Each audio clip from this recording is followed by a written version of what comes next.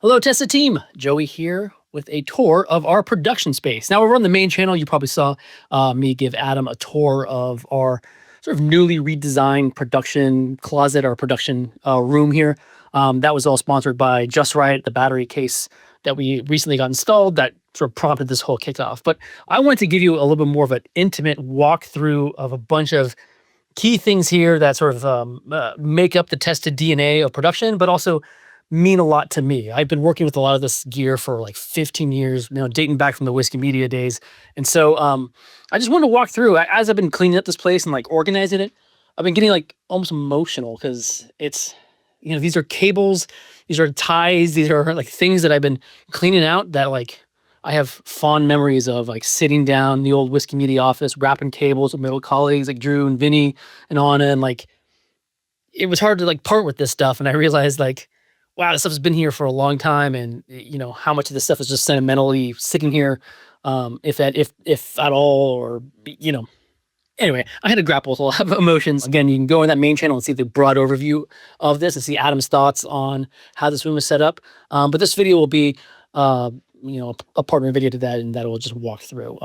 Using the iPhone as a way to sort of hover through this room and show you guys some stuff. So let's start over on this corner here. We have a lot of this extra speed rail, the speed rail that we used to line up the top of Adam's cave that I can put some lights on. Here's a bunch of extra speed rail, a bunch of extra like just flats of like paper and stuff when we do photography. But really it's like this, this little rack here of these gray bins has been with me since 2010.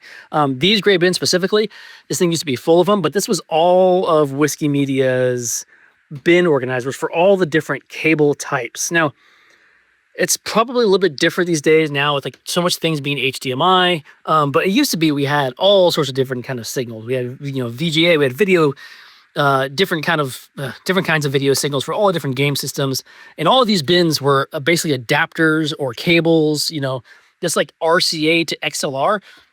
That is a very specific kind of like audio production cable here. We have XLR to TRS, XLR to RCA. We had everything, various patches, 1/8 cables. This was all just to go through many different systems and hook up all these different pieces of gear together to make. At Whiskey Media, we did like live shows, we did game capture stuff, multicam stuff. So we needed a lot of this stuff to connect all these varying pieces of equipment and then digitize a lot of this analog media. That's not the case anymore. I tested we don't need to do that. So I had to really clean off a lot of this and pare it down, like the things we definitely need. XLRs, like we had boxes of 100-foot XLR cables, 100-foot SDI cables. We don't need that anymore, so I had to get rid of that. I donated that to like some schools. That being said, I redid these gray bins. I think I'm going to hold on to these gray bins forever. There's many pieces of tape that have gone over this, but we got our hand tools. I've been using a lot of NATO and like Arca plate stuff. This is sort of a universal attachment that you can attach like monitors or like camera handles to on the side of camera cages. It's really important in like rigging, and so I made a dedicated bin to that. Just some structural stuff like ties and cables. Zip ties are always great. These little cables that help hold on to things. Wall rigging. This was all part of that. This was all part of that speed rail build up in Adam's shop. Plumber's tape, which was a big one on like attaching these blocks of power supplies and stuff to the ceilings. And then of course all the XLRs, headphones, and then this is the Adam Savage box of just like random little things that he had that we need to take care of. And then I just, for kicks, I left some other extra long SDIs and HDMIs. Here I'm either going to build or buy a C-stand rack. We have many different brands of C-stand, Avengers and Matthews and Modern. And those racks that they're built for, those racks for those specific C-stands don't all like work together. Like I can't use a Modern rack for a Matthews C-stand. So I need to build something a little more custom and then have that sit out here. Fun fact, anything you see with this white, this yellow and blue painted on the ends of hardware, that's all stuff that came from the big 3210 ILM auction. Adam got a ton of stuff for the mall making side of it, and then we got a ton of stuff for the production side of it because they were getting rid of Apple boxes and C-stands and large combo stands here. If you look at the way our shop is now designed, or our production space is now designed. We have camera and lenses up in here. We have grip and power all hanging out over here. Lights over here, which I'll get into. And then this table is our sort of camera build out. All the battery stuff is over here, DIT section, and then some more grip things. Right now, this bin here came from 3210, and so I'm keeping it up here at the moment. But we have all these flags I need to rebuild, all these Apple boxes. This is all still somewhat part of the grip department, but it's just going to live over there. All of these lenses we have, mostly Canon, but we use Sony's now, and so Canon lenses are pretty easily adaptable. But we have some main Sony kit stuff that we use. This is Adam's old Ingenue lens. It's a zoom lens. Really nice lens. It needs a little bit of work just to get some of those gears function well. But I made this just up being a good area. Then you can pull lenses and take a look at them or throw them on a camera, see how they test. Like just a lot of room here to move around, and then some cleaning areas here just to make sure all those lenses are nice and clean. And then caps, which they should be capped, which I did not cap that one, but that's all right. All of the rigging for the camera itself, and the B-cam stuff, filtration. Josh and I both rig out our cameras differently, and so we can take the pieces we need here and bring it back over the table and rebuild. This all are of our light stands, all of our tripods, like our more lightweight tripods. Sachtler, any size light stand or combo stand you need, they're just going to be sitting up here. We don't need them all the time, so that's why I kept them on the shelf as opposed to the things that we use more often. I have a nice big floor space for all that because we used to have tables in here. Those tables get filled up. That's no fun. So just keeping floor space that we can wheel lights in and out, keep those stands up and running so that we can just grab them and use them whenever. Power, all that. This is my favorite thing here. We have tons of these Sony mics. And so I think at some point I'm going to 3D print, because they all have pairs, right? So you have like a transmitter and a receiver. And right now they're all just sitting here, but I would love to 3D print a set that holds the transmitter and receiver on it. So that way when I want, transmitter set 4, I just pull out that set, bring it over here, put batteries in and use it. And once I'm done, clock them back into that 3D printed housing unit and then put it back in there. So that's my next 3D printed project. I built this out, which I love. So many times you lose windscreens or you need extra cables or just something for your mic pack. And so Adam had all these extra bins, and I just made this little kit of everything you need. If you need a new clip, the belt clip fell off. Here it is. Here's some attachments for the hot shoes and the cold shoes. Extra XLRs to the stereo jacks, adapters, more cables.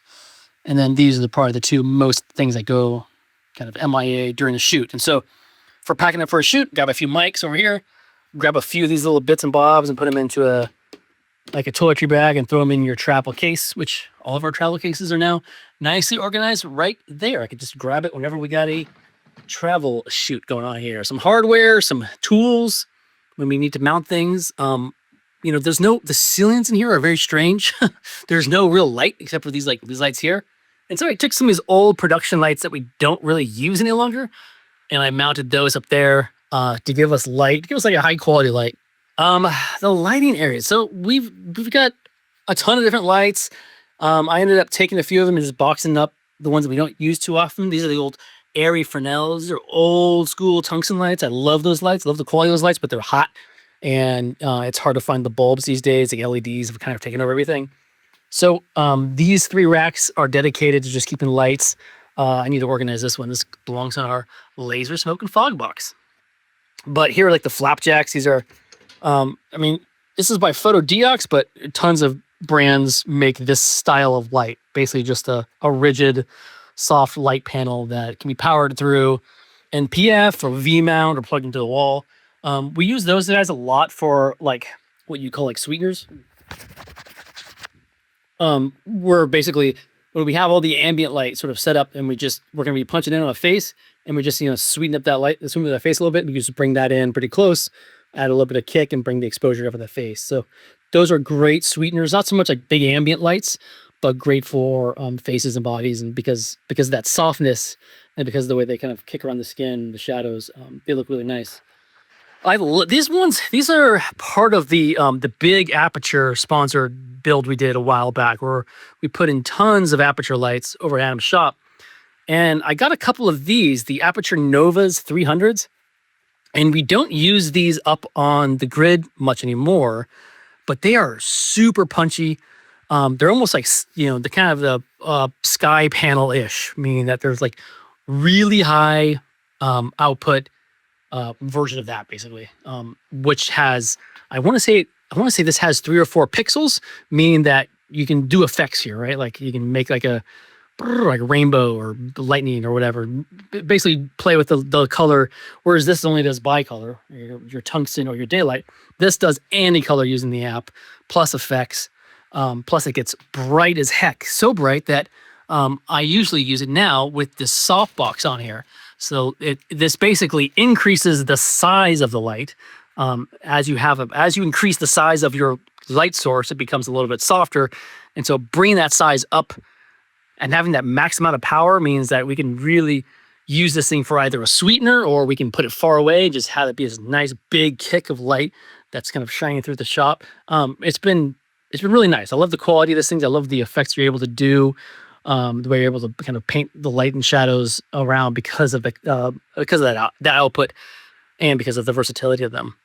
They're not cheap. I think they're pretty expensive. But if you're into like the sky panel style of light, this is definitely a good option. Now, this is going to be another video at some point for the channel. This is the Rode Livecaster. This is what I'm going to use to set up the capture rig with the pinball machine. I barely got a chance to play with it yet. It came out a few months ago, but it's essentially a live mixer unit. You add a whole bunch of HDMI sources or computer sources, different sources into these, and add basically add overlays or your own like picture-in-picture or your own virtual setup to where many different cameras or size in different areas of the screen. So it's gonna be good for the pinball stream, where I'm gonna need like a camera on the pinball field, a camera on me, a camera on the back field, and then maybe like an HDMI source coming from the capture of the screen itself. So keep an eye out for that for the Tested Team channel. That should be a pretty fun one.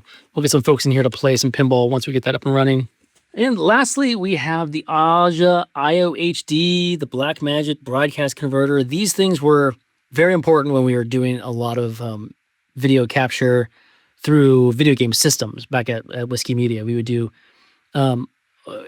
essentially what you just saw from that Rode Livecaster.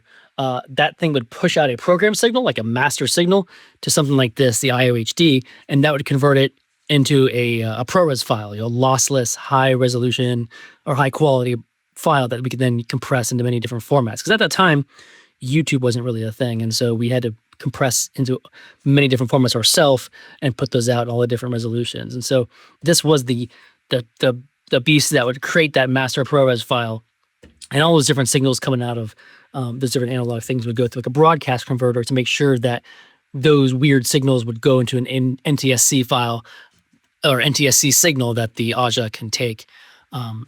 So very kind of antiquated stuff. It's a little bit older now, not used so much anymore, but I'm going to bring it all back online so that I can capture a bunch of fun behind the scenes features and some other DV tapes that I have stored away. Yeah. DV tapes from early Whiskey Media days, but also my early film school days, all in this baggie of DV tapes that's waiting to be digitized. There you guys have it, a little bit of a more intimate look on the production space here. Hope you guys enjoyed that, and keep a lookout for more of the Rode Livecaster videos and more videos from the rest of the team. And we'll see you guys next time.